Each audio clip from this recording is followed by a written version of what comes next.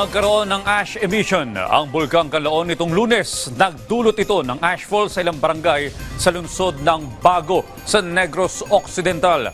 Umaaray na rin ang mga negosyante at empleyado sa perwisyo na dulot ng bulkan. Si Jessie Atienza sa detalye.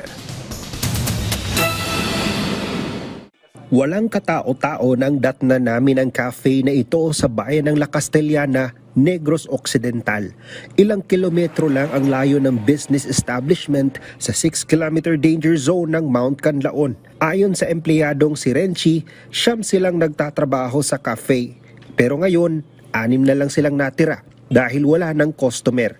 Kabado sila hindi lang sa banta ng bulkan dahil baka mawala na rin sila ng trabaho.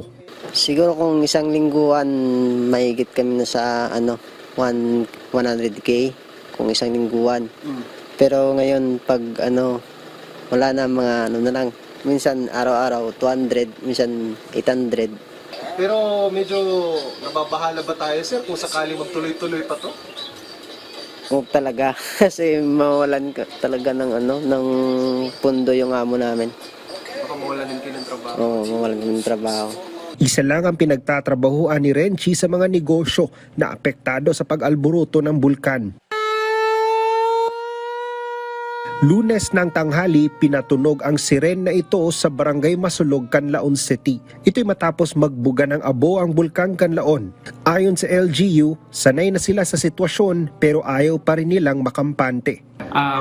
We are always contacting our emergency responders to have our heightened alert during these times para if in case po na mag-continuous yung ash emission natin, we are always ready to respond on emergencies like this po.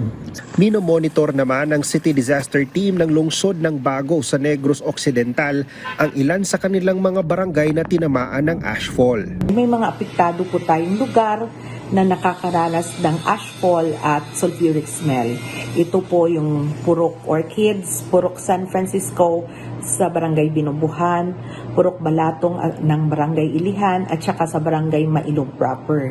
Naka-standby lahat ng mga kalapit na bayan at lungsod sa Bulkang Canlaon. Mula sa Negros Island Region, Jessie Atienza para sa Pambansang TV sa Bagong Pilipinas.